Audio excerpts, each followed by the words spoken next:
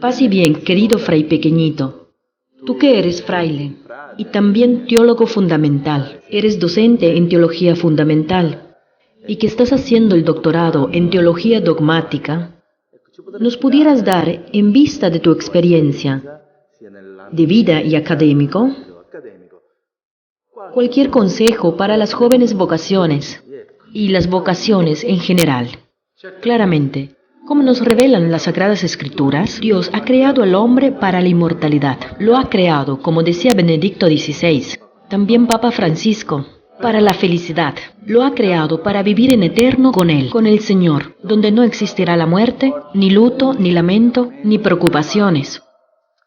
Pues bien, para poder llegar a tal felicidad eterna, inmortal, es necesario que cada uno de nosotros, cada uno de ustedes, traten de comprender cuál es la voluntad de Dios y ponerla siempre más en práctica.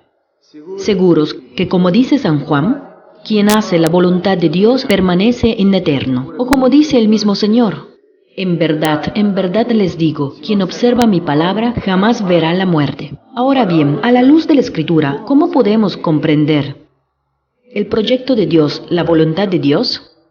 Hay muchos ejemplos. La palabra de Dios es rica, plena de orientamientos para nuestro discernimiento sobre la voluntad de Dios. Les hago cualquier ejemplo. El primero del Evangelio de San Juan y el segundo del Evangelio de San Mateo. En el Evangelio de San Juan, a un cierto punto, la multitud pregunta a Jesús: Señor, ¿qué cosa debemos hacer? ¿Qué debemos cumplir para hacer la obra de Dios? Y Jesús responde: esta es la voluntad de Dios, esta es la obra de Dios, que crean en aquel que Él ha mandado.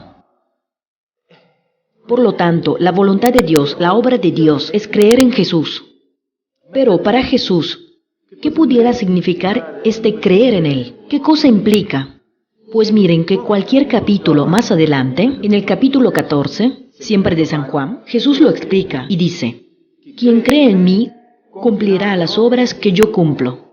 Entonces, el Señor nos hace comprender en cualquier modo que la obra de Dios, la voluntad de Dios, es de esforzarnos en vivir como ha vivido Jesús. Tratar de hacer las cosas que Jesús ha hecho. Claramente, cada quien según la propia vocación. Quien en el ministerio de la vida sacerdotal, quien en la vida religiosa, quien en aquella matrimonial. Cada quien en su llamada. Se necesita descubrir qué quiere el Señor de nosotros. Y el segundo ejemplo del Evangelio según San Mateo, capítulo 7, versículo 21, dice Jesús: no quien me dice Señor, Señor, entrará en el reino de los cielos, sino quien hace la voluntad de mi Padre. Pero a alguien le quedaría la duda: ¿pero cuál es la voluntad del Padre?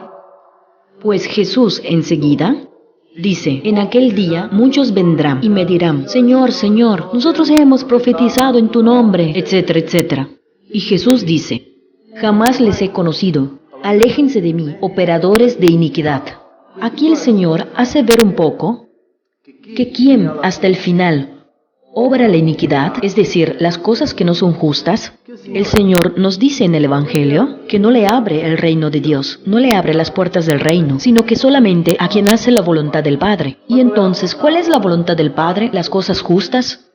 Pues miren, Jesús dice: por lo tanto, remarco, por lo tanto, quien escucha mis palabras y las pone en práctica, es como el hombre sabio que construye su casa sobre la roca que en sí es el Señor, como dice el profeta Isaías. Confíen siempre en el Señor, Él es una roca eterna.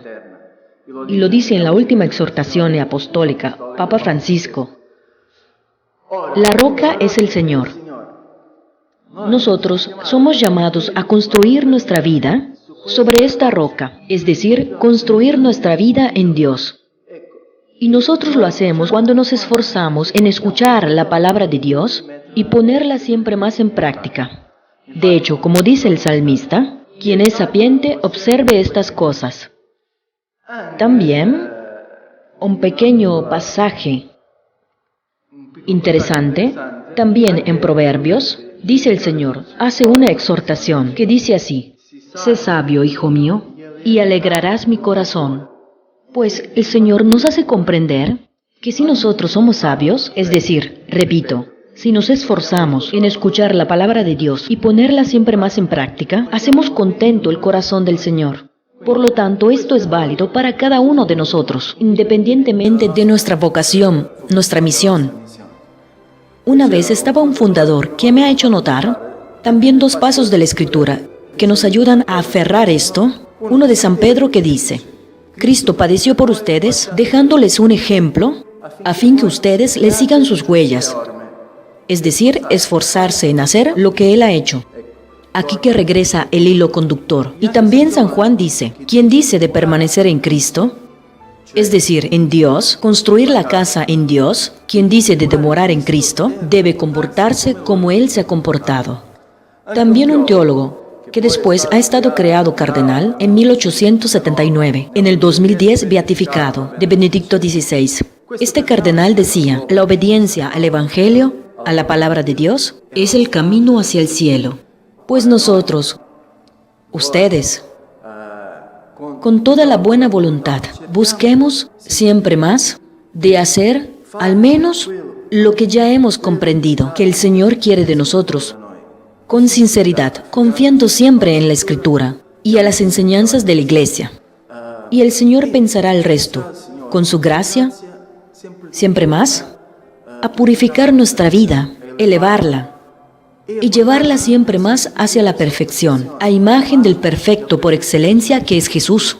Como decían los padres conciliares del Vaticano II, quien sea que siga a Cristo, el hombre perfecto, también él se vuelve más hombre. También Papa Francisco ha dicho una frase al respecto, que ahora es oportuno recordar, que la fe es conocimiento que se aprende solo en un camino de seguimiento.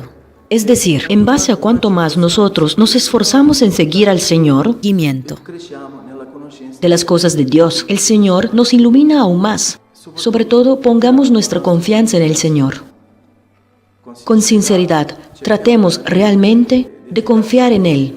Hagamos siempre más tesoro de la Sagrada Escritura. Como decía un cardenal, San Buenaventura, el fruto de la Sagrada Escritura no es un fruto cualquiera, sino que es la plenitud de la felicidad eterna.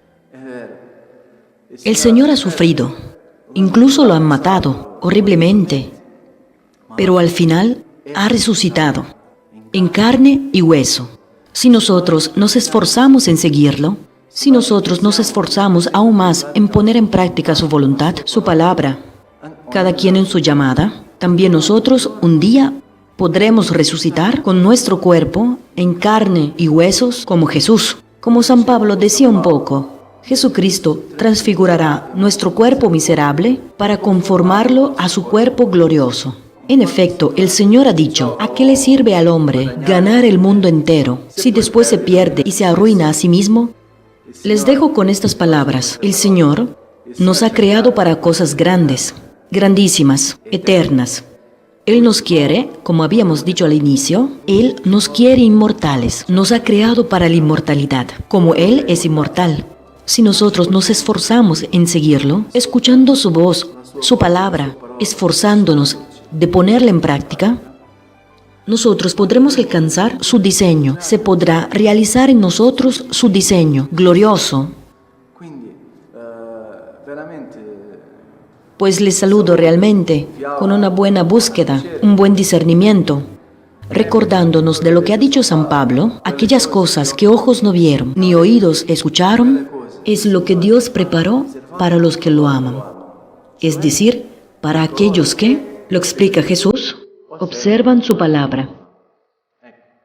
Paz y bien y deseos de santidad.